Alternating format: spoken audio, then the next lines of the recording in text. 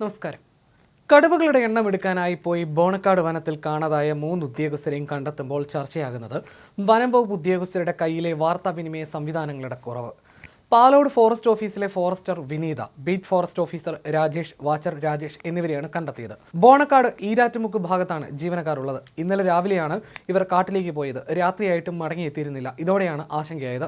Mobile ഫോണിലും കിട്ടിയില്ല. വൈകുന്നേരത്തോടെ കണക്കെടുപ്പ് പൂർത്തിയാക്കിയെങ്കിലും പെട്ടെന്ന് ഈട്ടായതിനാൽ മടക്കം പ്രതിസന്ധിയിലായി. ഇതോടെ സുരക്ഷിത സ്ഥലത്തേക്ക് ഇവർ മാറുകയായിരുന്നു. മൊബൈൽ ഫോണിന് റേഞ്ചും ഇല്ലായിരുന്നു. വനം വകുപ്പിന് കോടികളുടെ ഫണ്ടുണ്ടെങ്കിലും വാർത്താവിനിമയ സംവിധാനം ശക്തിപ്പെടുത്താൻ ഒന്നും ചെയ്യുന്നില്ല. ഇത് കാരണമാണ് ഇവർക്ക് പുറലോകവുമായി ബന്ധപ്പെടാൻ കഴിയാതെ പോയത്. ഇതാണ് ആശങ്കയായതെന്നാണ് ഒരു വാദം. ഇതിനിടെ വനം വകുപ്പ് ഉദ്യോഗസ്ഥർക്ക് കാടുമായിട്ടുള്ള പരിചയക്കുറവും ചർച്ചയാകുന്നുണ്ട്. സ്ഥിരമായി കാടിനുള്ളിൽ റോന്തു ചുറ്റാത്തതും ഇത്തരം പ്രതിസന്ധിക്ക് കാരണമായി പറയുന്നു. ചില ഘട്ടങ്ങളിൽ കാടിനുള്ളിൽ പോകേണ്ടത് അനിവാര്യതയായി മാറും. അപ്പോൾ മതിയായ പരിചയം കാടിനുള്ളിൽ ഉണ്ടാകാതെ പോകും. ഇതും പ്രതിസന്ധിയായെന്ന് കരുതുന്നവരുണ്ട്. വൈൽഡ് ലൈഫ് ഇൻസ്റ്റിറ്റ്യൂട്ട് ഓഫ് ഇന്ത്യയും നാഷണൽ ടൈഗർ കൺസർവേഷൻ അതോറിറ്റിയും ചേർന്ന് 4 വർഷത്തിൽ ഒരിക്കൽ നടത്തുന്ന കടുവ സെൻസസ് ഇന്നലെയാണ് ആരംഭിച്ചത്.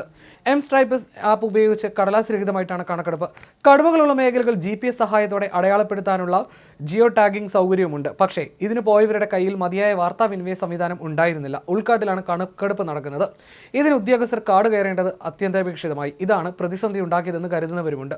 3 പേരും സുരക്ഷിതരാണെന്ന് ബന്ധപ്പെട്ട അധികൃതർ അറിയിച്ചു. ഇവർ കാട് കയറിയ ശേഷം വൈകുന്നേരത്തോടെ ഇവരുമായിട്ടുള്ള ബന്ധം വിച്ഛേദിക്കപ്പെടുകയായിരുന്നു. തുടർന്ന് തെരച്ചിൽ ഊർജിതമാക്കിയിരുന്നു. ഇതിനിടയിലാണ് ഉദ്യോഗസ്ഥരുടെ ലൊക്കേഷൻ കണ്ടെത്തിയത്. ഇതോടെ ആശങ്കയും മാറി.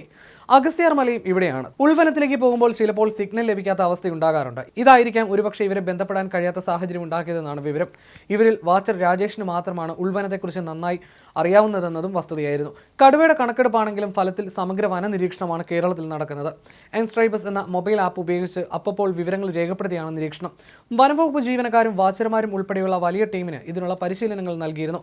വനംവകുപ്പ് അനുവദിക്കുന്ന സന്നദ്ധ പ്രവർത്തകനെയും പങ്കെടുപ്പിക്കുന്നുണ്ട്. ഡിസംബർ 1 മുതൽ ഏപ്രിൽ വരെയാണ് രാജ്യത്ത് വനമേഖലയിൽ കടുവകളുടെ കണക്കെടുപ്പ്. ഇത് 6ാമത്തെ കണക്കെടുപ്പാണ്. 2022 ദേശീയതലത്തിൽ നടത്തിയ 5ാം കടുവ സെൻസസിൽ 2018 4ാം കണക്കെടുപ്പിലേതിനേക്കാൾ 24% കടുവകൾ കൂടിയതായി കണ്ടെത്തിയിരുന്നു. 2022 കണക്കനുസരിച്ച് കേരളത്തിൽ 213 കടുവകളാണുള്ളത്. പെരിയാർ, പറമ്പിക്കുളം കടുവാ സങ്കേതങ്ങൾ ഉൾപ്പെടെ സംസ്ഥാനത്തെ 37 വനം ഡിവിഷനുകളിലായുള്ള 673 ബ്ലോക്കുകളിലും ഒരേ സമയം കണക്കെടുപ്പ് നടത്തുന്നുണ്ട്. കടുവകളുടെ സഞ്ചാരപാതകൾ ഉൾപ്പെടെയുള്ള കേന്ദ്രങ്ങളിൽ സഞ്ചരിച്ച് കടുവകളുടെ മറ്റു വന്യമൃഗങ്ങളുടെ സാന്നിധ്യം നിരീക്ഷിച്ച് രേഖപ്പെടുത്തും. ആദ്യഘട്ട നിരീക്ഷണത്തിലെ വിവരങ്ങളുടെ സമഗ്ര വിശകലനമാണ് 2ാം ഘട്ടത്തിൽ. 3ാം ഘട്ടത്തിൽ മുഴുവൻ വനപ്രദേശത്തെയും 2 ചതുരശ്ര കിലോമീറ്റർ വിസ്തൃതിയുള്ള ഗ്രിഡുകളായി തിരിച്ച് ക്യാമറകൾ സ്ഥാപിച്ച് കണക്കെടുപ്പ് നടത്തും. ഇങ്ങനെയുള്ള 1860 ഗ്രിഡുകളിലാണ് കേരളത്തിൽ കണക്കെടുക്കുക. ഇന്ത്യയിലെ മിക്ക സംസ്ഥാനങ്ങളിലും കടുവകളുണ്ട്. പഞ്ചാബ്, ഹരിയാന തുടങ്ങി ഏറ്റവും വടക്കൻ മേഖലയിലുള്ള ചില സംസ്ഥാനങ്ങൾ, ഗുജറാത്ത് എന്നിവിടങ്ങളിലും അസം ഒഴികെയുള്ള കിഴക്കൻ സംസ്ഥാനങ്ങളിലുമാണ് കടുവകൾ ഇല്ലാത്തത്.